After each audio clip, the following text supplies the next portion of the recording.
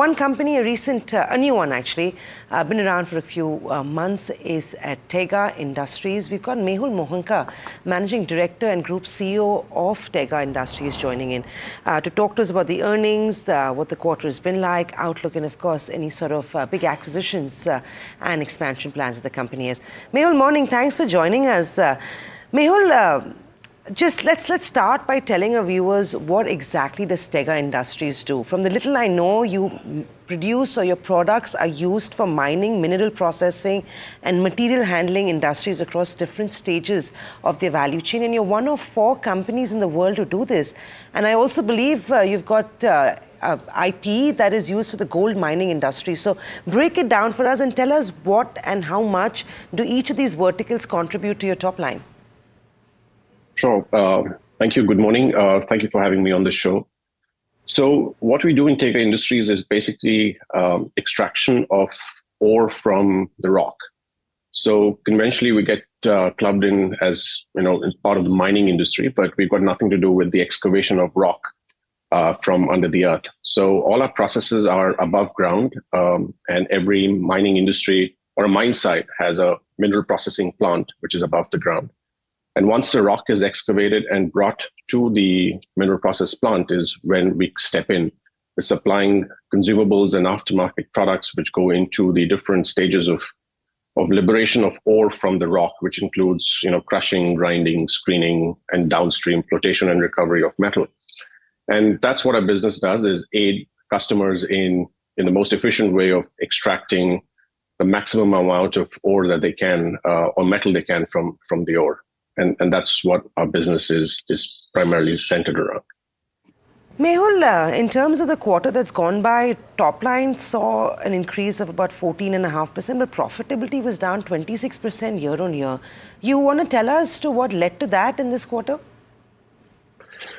So as we've always said that, our business is, moves from quarter to quarter. So it's very difficult to average one quarter and multiply that for the rest of the year.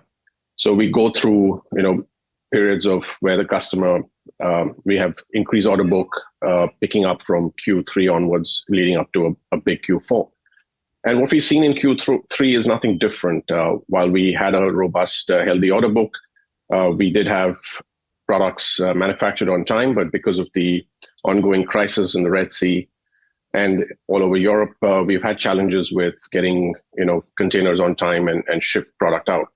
So it's not much of a concern. I would say that the Q3, whatever the dip was, we will see that being caught up in Q4 and still ending the year as our guidance of 15% growth. Right. So it's fair to assume the next quarter will turn out to be much better and your growth target of 20 to 25% is still on track? So we've always guided the market in terms of a 15% growth on revenue and about a 20 to 22% EBITDA margin. And we're going to be pretty much there. Right. By the end of the year. Right. Mehul, I believe you're one of 4 players in the world who've done this. And I read a report from Saurabh Mukherjee recently where he said he studied your industry for the last 20 years and there haven't been too many new entrants in this business. So I'm assuming high barriers to entry. But how much of the global marketplace do you control?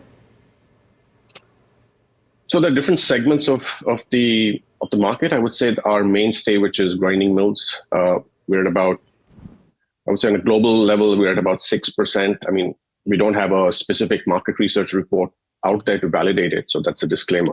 It's just based on what we think our estimated market share is. And it's healthily ticking up. I think over the past 2 to 3 years, we've seen it move up to close to 8 to 9%, starting off at 5% about 2.5 years ago. And so that's a big, about 75% of our revenues comes from one single product line, which is grinding mill linings. And yes, the technology is all about, again, like I said, extracting metal from rock, and the grinding equipment, or what we call the comminution circuit, is where most of the liberation of the metal happens from the ore. Mehul, good morning, Neeraj here. What do you expect the industry growth rate to be like, let's say, for the next 5 years? A lot of people are talking about India being the bastion of growth, a lot of global growth opportunities coming to India. So what could your industry, if you are classified under one industry, would the growth rate be?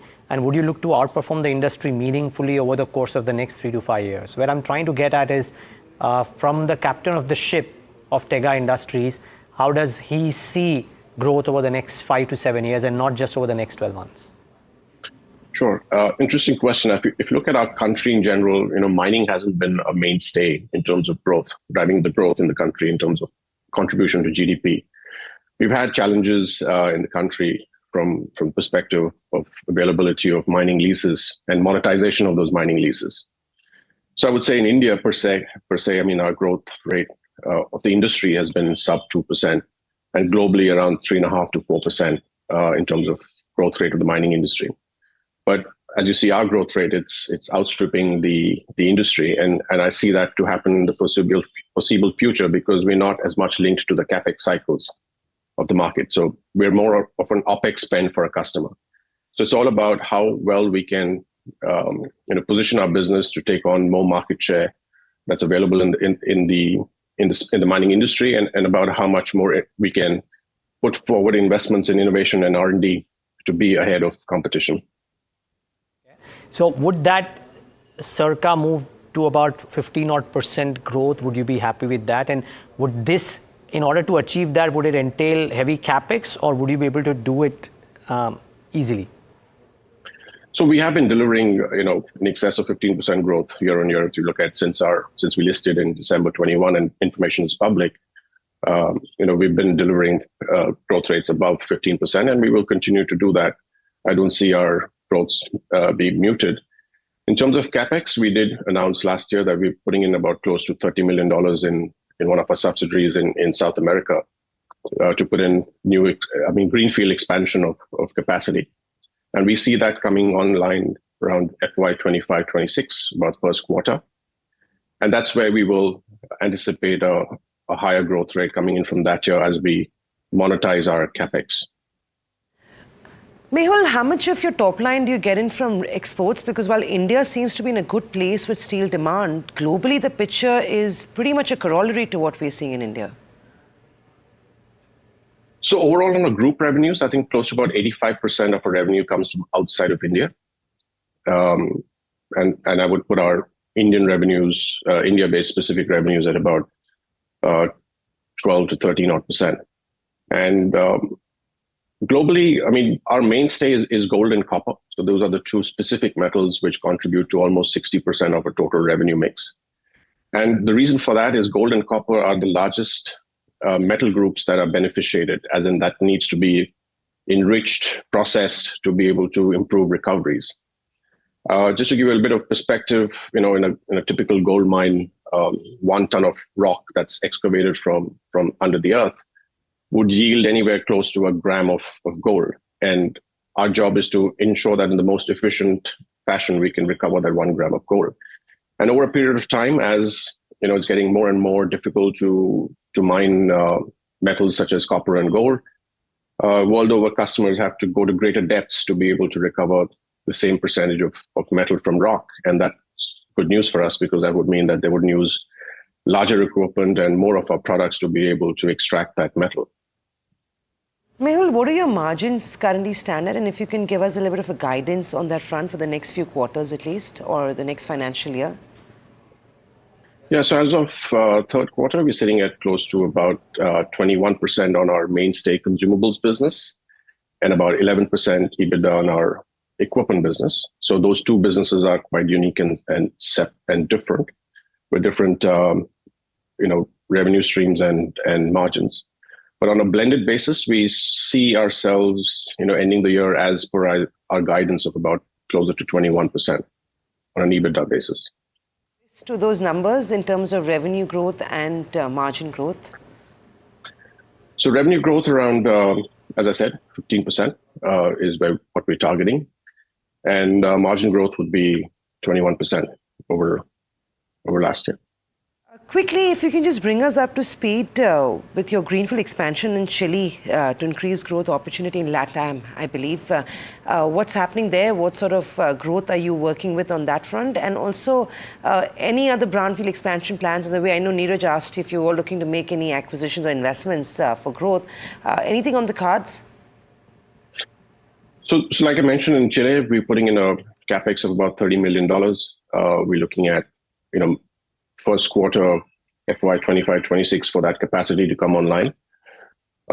We should be able to, get up to almost close to about 800 crores of revenue when that capacity is fully utilized in Chile. In India, we're planning a brownfield expansion that will happen as soon as we complete our capex in Chile, and that would involve an investment of about close to 90 odd crores in our plant in India. And that cumulatively should put us in track, of a continued growth rate of over and above 15% in years to come. Lastly, would you be, funding these expansion plans through raising funds, or is it going to be through internal accruals? So we have sufficient cash accruals in our business. So we're looking at funding it internally with a healthy mix of debt, if required. But we're not looking at going to the market for a primary raise for this as of now.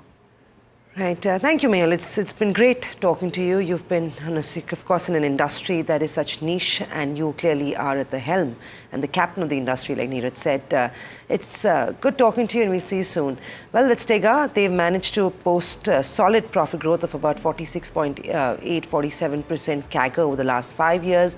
In a niche industry, they, of course, have equipment or products that are made for the metals and mining industry, and also have the coal mining industry under their belt. So lots happening for the company, gunning for a 10 to 15% growth on top line and on margins at 21 to 22% EBITDA.